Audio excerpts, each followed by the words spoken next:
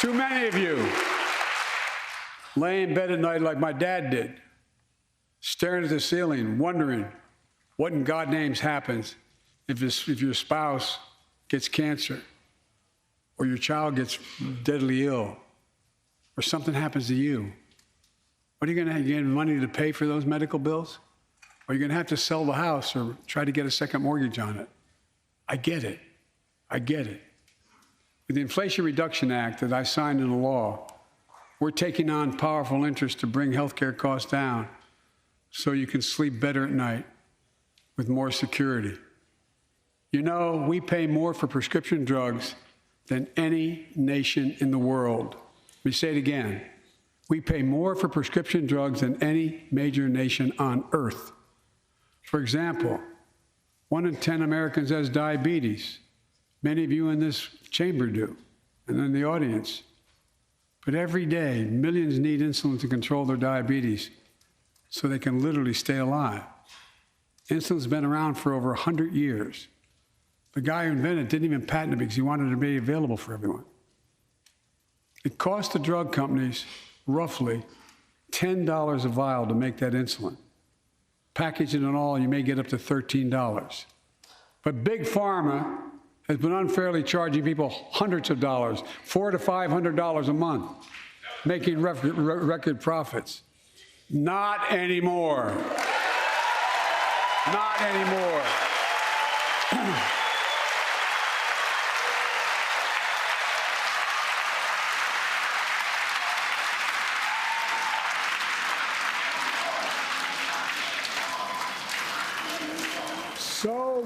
So many things that we did are only now coming to fruition. We said we were doing this, and we said we passed the law to do it, but people didn't know because the law didn't take effect until January 1 of this year. We capped the cost of insulin at $35 a month for seniors on Medicare. People are just finding out. I'm sure you're getting the same calls I'm getting. Look, there are millions of other Americans who do not or are not on Medicare, including 200,000 young people with type 1 diabetes who need this insulin to stay alive. Let's finish the job this time. Let's cap the cost of insulin for everybody at $35.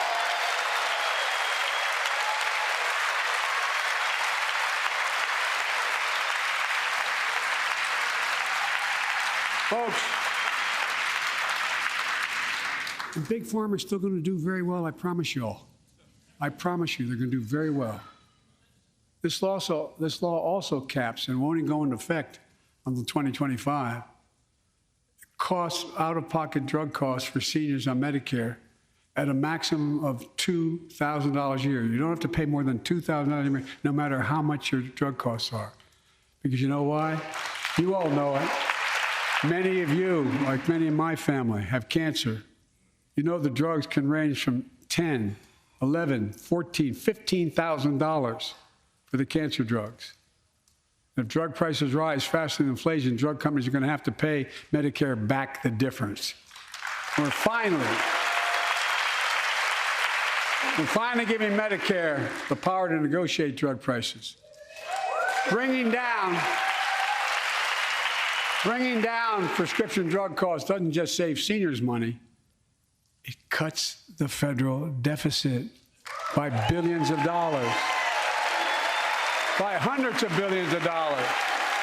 Because these prescription drugs are drugs purchased by Medicare to keep their commitment to the seniors. Well, guess what? Instead of paying $400 or $500 a month, you're paying $15. That's a lot of savings for the federal government. And by the way, why wouldn't we want that? Now, some members here are threatening, and I know it's not an official party position, so I'm going to exaggerate, but threatening to repeal the Inflation Reduction Act.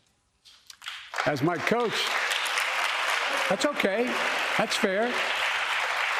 As my football coach used to say, lots of luck in your senior year. Make no mistake, if you try anything to raise the cost of prescription drugs, I will veto it.